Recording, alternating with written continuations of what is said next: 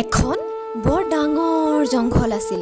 সেই জংঘলত এটা হাতী আৰু এটা শহাপহুৱে বাস কৰিছিল। সিহঁত দুয়োটা নলে গলে লগা বন্ধু আছিল। সিহঁতৰ বন্ধুত্বৰ কথা জংঘলৰ সকলোৱে আলোচনা কৰিছিল।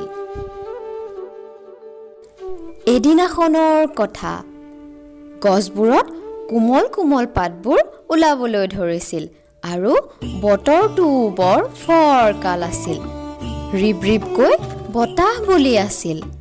সেই সময়তে হাতী আৰু শহাপহুটোৱে কোমল কোমল ঘাঁহবোৰ খাই আৰাম কৰি আছিল। আৰাম কৰি থাকোঁতে সিহঁতৰ মনলৈ এটা কথা আহিল। হাতীয়ে শহাপহুটোক ক'লে, বন্ধু, মোৰ কিন্তু কিবা এটা খেলিবলৈহে মন গৈছে। আহা, আমি কিবা এটা নতুন খেল খেলো। তাৰ উত্তৰত শহাপহুটোৱে ক'লে, ঠিক আছে বন্ধু, ব'লা তেন্তে। কিন্তু কি খেল খেলিবানো? আমি আজি এটা নতুন খেল খেলিম। মই বহি দিম, তুমি মোৰ ওপৰেৰে জঁপিয়াই যাবা, কিন্তু তুমি মোৰ গাত চুব নোৱাৰিবা। আকৌ তুমি বহি দিবা, তোমাৰ গাৰ ওপৰেৰে মই জঁপিয়াই দিম। আমাৰ নতুন খেলটো এইটোৱেই হ'ব। তেতিয়া শহাপহুটোৱে ভাবিলে, বাপৰে, এইটো খেল খেলিলে কেনেবাকৈ যদি হাতীটোৱে দৌৰি আহোঁতে মোৰ ওপৰতে পৰে, তেনেহ'লে দেখোন মোৰ নাড়ীবোৰ সকলোবোৰ ওলাই যাব। মই এতিয়া কি কৰোঁ বাৰু?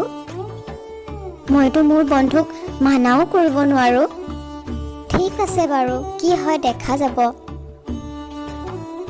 এনেদৰে ভাবি শহাটোৱে সেই খেলটো খেলিবলৈ মান্তি হ'ল। প্ৰথমে হাতীটো বহিলে আৰু শহাপহুটোৱে দৌৰি দৌৰি আহি হাতীটোৰ ওপৰেদি জঁপিয়াই গ'ল। ইয়াৰ পাছত হাতীটোৰ পাল পৰিল। শহাপহুটো বহিল আৰু হাতীটোৱে দৌৰি দৌৰি আহি থাকিবলৈ ধৰিলে।